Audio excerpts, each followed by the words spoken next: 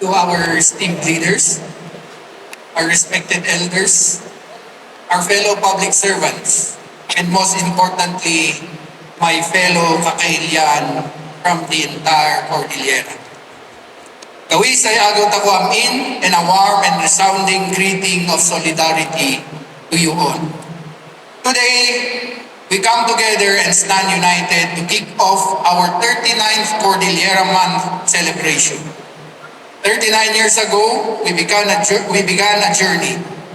Today, the journey continues with the same fire and resolve.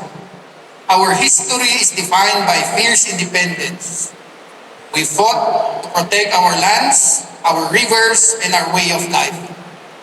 But our struggle did not end with the recognition of our region. The true fulfillment of our history is regional autonomy. Autonomy is not a political luxury. It is a necessity for our survival and progress.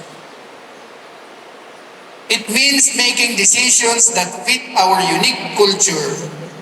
It means managing our rich natural resources to benefit our own people first. For too long, laws were made have failed to understand the heartbeat of the mountains. Autonomy gives us the power to chart our own destiny. To my fellow Cordillerans, our division is our only weakness. Our unity is our greatest weapon. Let this 39th celebration be more than cultural dances and gongs. Let it be a thunderous renewal of our vow to achieve self-determination. We owe this to the heroes who shed blood for our soil. We owe this to our children who deserve to inherit a self-governed homeland. Let us therefore march forward together and let the sound of our gongs echo our demand for autonomy and identity.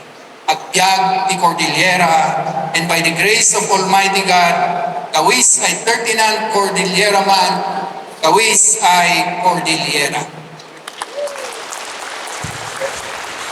Thank you very much, Honorable Maximo Y. Dalog Jr., representative of the Lone District of Mountain Province.